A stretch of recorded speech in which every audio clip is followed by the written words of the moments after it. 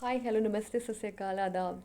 आज का टॉपिक थोड़ा सा चेंज है, कुछ लॉ से रिलेटेड नहीं है बट बिल्कुल डिफरेंट चीज़ है। ये उन लोगों के लिए है जो शादी कर चुके होते हैं, बहुत कम एज में शादी हो जाती है, या जिनकी शादी हो चुकी होती है लेकिन फिर भी वो इतने मैच्योर नहीं होते। एंड कहीं ना कहीं कुछ घटनाएं उनकी लाइफ में ऐसी होती हैं जिसको देख के उनको ये एहसास होता है कि यार हम तो अब मैच्योर हुए हैं।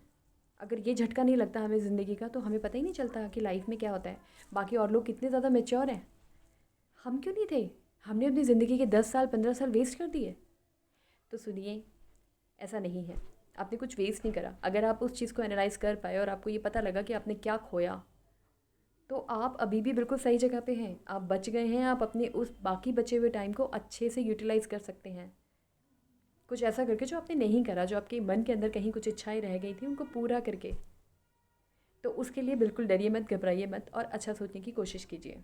लेकिन इन सब चीज़ों को मद्देनज़र रखते हुए अपने एक चीज़ का ध्यान रखना है, वो ये कि एट प्रेजेंट भी आप किसी का दिल नहीं दुखाएंगे, दिल नहीं तोड़ेंगे, किसी के साथ बुरा नहीं करेंगे, किसी से बदले की भावना नहीं रखेंगे और इंसान की गलती पे उसको माफ़ करना सीखेंगे। और उससे ज़्यादा बड़ी बात, किसी से नफ़रत नहीं करेंगे, किसी पे गुस्सा नहीं करेंगे, किसी पे चिल्लाएंगे नहीं, किसी के भी लिए उल्टा नहीं बोलेंगे।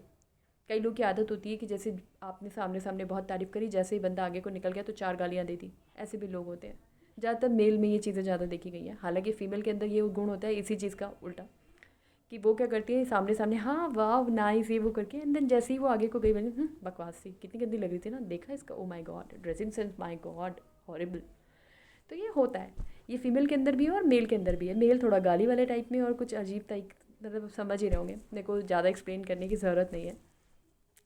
तो इस टाइप का अगर नेचर है आपके अंदर तो प्लीज़ उसको चेंज कीजिए। दिस इज़ नॉट गुड, पहली बात। दूसरी बात ये कि आपने अगर अपने साथ घटी हुई किसी भी घटना से कुछ सीखा है तो उस घटना के बाद आप उस चीज़ में संभल जाइए, सुधर जाइए, आगे के डिसीजन अपने करेक्ट लीजिए।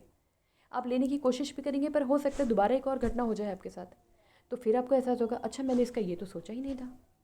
तो घबराइए मत, ऐसा होता है। कुछ लोगों को गॉड गिफ्ट होता है कि उनको सारी चीज़ें पता होती है और उनके साथ वो गलत भी कर रहे होते हैं तो भी अच्छा हो जाता है।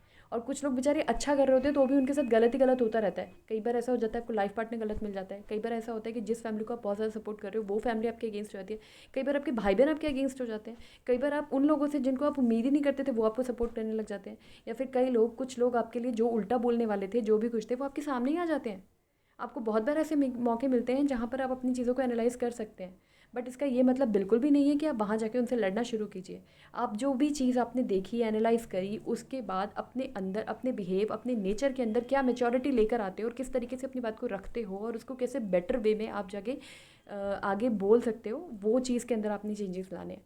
और अपनी लाइफ में जो भी टूटा हुआ पार्ट है आपका, जो अब तक बिखरा हुआ पार्ट था, उसको कैसे सुधार सकते हो। अगर ये चीज़ें आप कर सकते हो और ये चीज़ें आपने उन गलतियों से सीख ली, तो सही मायने में आपका कुछ नहीं खोया, आपका कोई टाइम नहीं गया। आपने जो भी कुछ खोया था वो सब कुछ 2 गुना पाया है विद एक्सपीरियंस।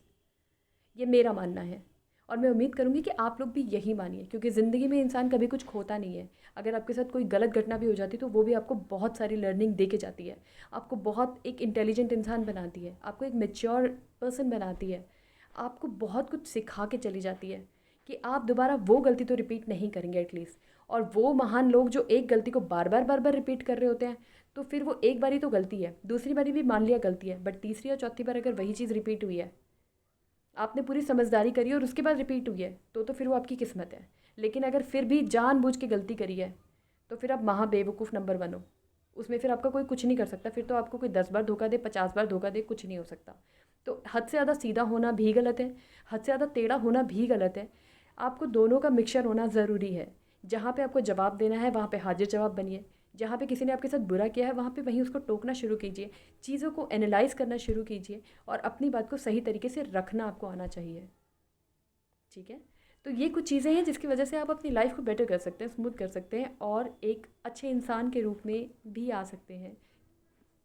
किसी की ज़िंदगी में ये ज़रूरी नहीं है कि सब कुछ अच्छा ही अच्छा चला होता गया हो तो इसके लिए वो नेगेटिव हो जाए। किसी की ज़िंदगी में सब कुछ, वो नहीं भी इतना वो कोशिश करता फिर भी उसको सब कुछ मिल जाता है। तो ये तो सब किस्मत के खेल हैं, लेकिन आप उसको कुछ ना कुछ बेटर कर सकते हो। कैसे? अपने दिमाग से, अपने एक्सपीरियंसेस को लेके। Thank you so much, stay tune. और जल्दी मेरी एक और वीडियो आने वाली है, मिलते हैं उस वीडियो में फिर। बाय बाय, शब्बा खैर।